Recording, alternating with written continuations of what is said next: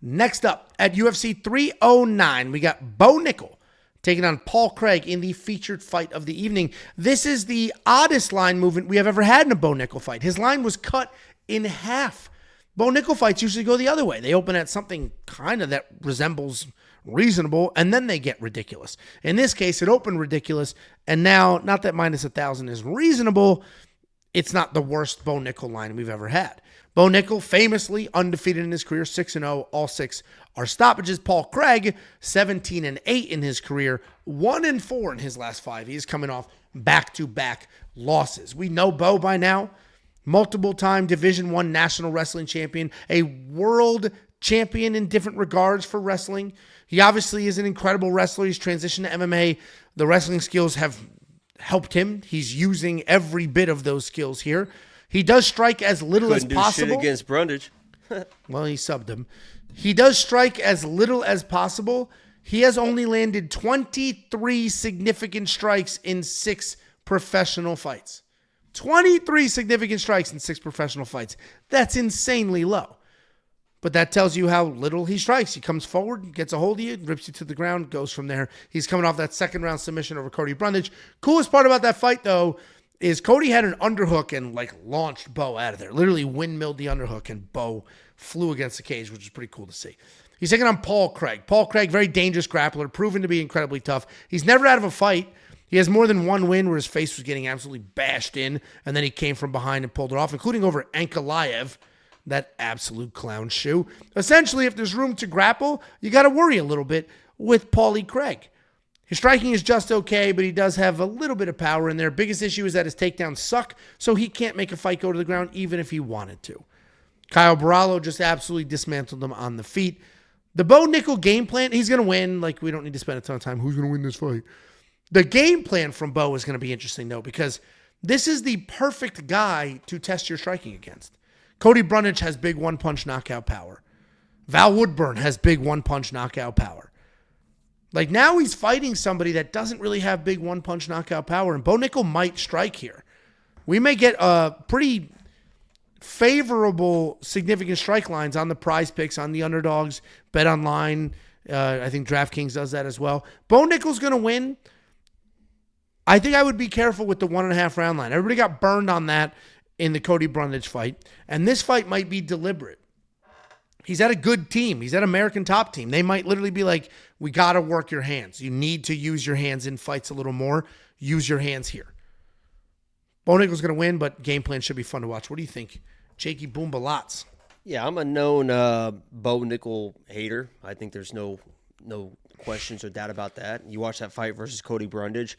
One person won the wrestling match. Another person won the fight.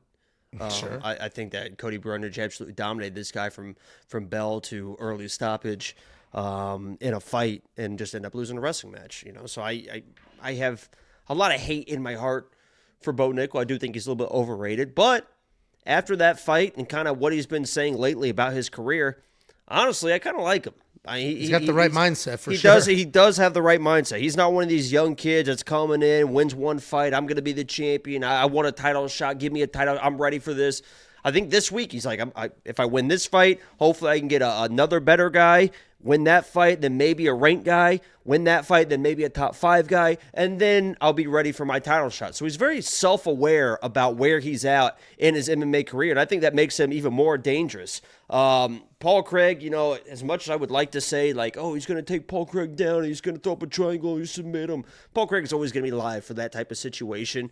We did see, what's his name? The steroid jiu-jitsu guy, put him in a triangle and stuff in a pure jiu-jitsu type Gordon match. Ryan? Yeah, Gordon Ryan. So you might try to the play steroid jiu-jitsu guy. Yeah, you might. That's exactly what he is. You might play that card and see that and whatever. And if you want to throw some Hail Marys on Paul Craig, I get it. But Paul Craig is not a very good striker. He doesn't react well to getting hit. Bo Nickal has shown that he can throw a pretty good either left or right hand. Knocked out Val Woodburn. Yeah, and throw it right down the pipe. And honestly, that's all you really need to do against Paul Craig. Step into his shot, trust your accuracy, land it on his chin. It's going to fall to his back. Make him stand up and do it again until he gives up. The biggest thing that I've seen from Paul Craig this week is he's kind of, he switched to 185. I'm going to make a run.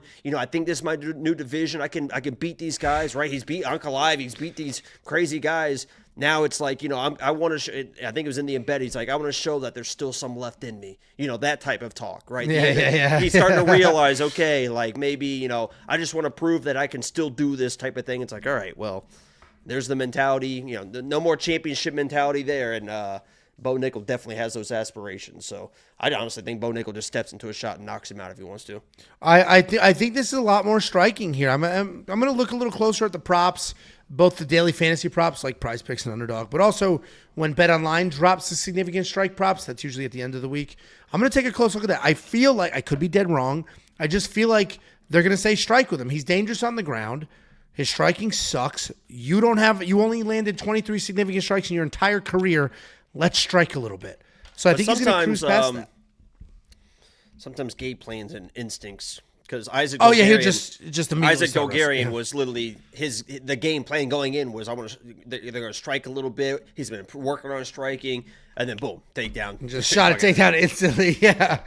No, it'll be interesting. I mean, this is a Bo Nickal win all day, every day, and just trying to find some value, see where we can make a couple of dollars here. But Bo Nickal, the win. Last thing I'll mention about Bo Nickal, after Khamzat literally smashed Robert Whittaker's mouth, people were like, Bo Nickal, save us. Dude, Khamzat beats Bo Nickal right now. Right now, Khamzat beats Bo Nickal. I like Bo Nickal. What Bo Nickal said about that performance too? What? About Jim Mayev smoking Whittaker? What? You know how typically people in his would be like, oh, it's just it is what it is. What do you think? What he was like, it's pretty impressive. Yeah. Well, and like even just straight up wrestling, Bo Nickal's got some phenomenal credentials, but he's not an Olympian. He didn't qualify for the Olympics. He lost. Then obviously he was right there, but he didn't qualify. We watched Khamzat, obviously not wrestling. It's in training. Khamzat was smoking an Olympic gold medalist in the training room for Robert Whittaker. So I think a straight wrestling match, Khamzat could have some success. It's pretty crazy, but that's not this fight. Hopefully we do get that fight sometime in the future. If you do want to become a premium member, I actually do have a little bit of action on Bo Nickal right now if you want to check what that out is. What weight did Bo wrestle at Penn State? I think it was like 87, something like that. It wasn't 194 or whatever the hell that weight class is. He's a big dude. Yeah. So 2016 was 174, 184, 184, then 197 in 2019. So I was just curious about, because it's not like he's a big muscular guy. I was curious about he's just so long. If he could cut down to 170. It sounds like he was close at least, but now he probably couldn't really. Yeah, he's filling out. Yeah, and plus just that.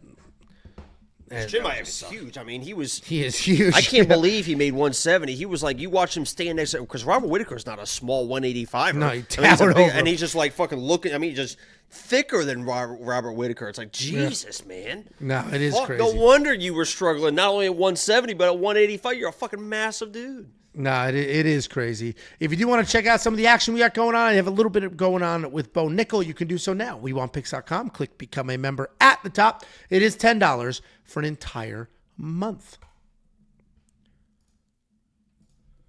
$1.99 super chat from Rhythms. He says, Bear Jew Underlock Pick. If you don't know what that is, that's Paul Craig's nickname. Listen, Paul Craig's going to be, I already saw it in the live chat here, there's going to be a lot of people picking Paul Craig just to pick Paul Craig. But the reality is he's not going to win this fight. It's fun to pick him. He's just not going to win this fight. He was one of the greatest lock of the weeks. One of the most fun lock of the weeks for sure. I think I'd lost 4 in a row, and I've never lost 5 in a row, and I went with fucking Paul Craig. And he won. And he smoked them.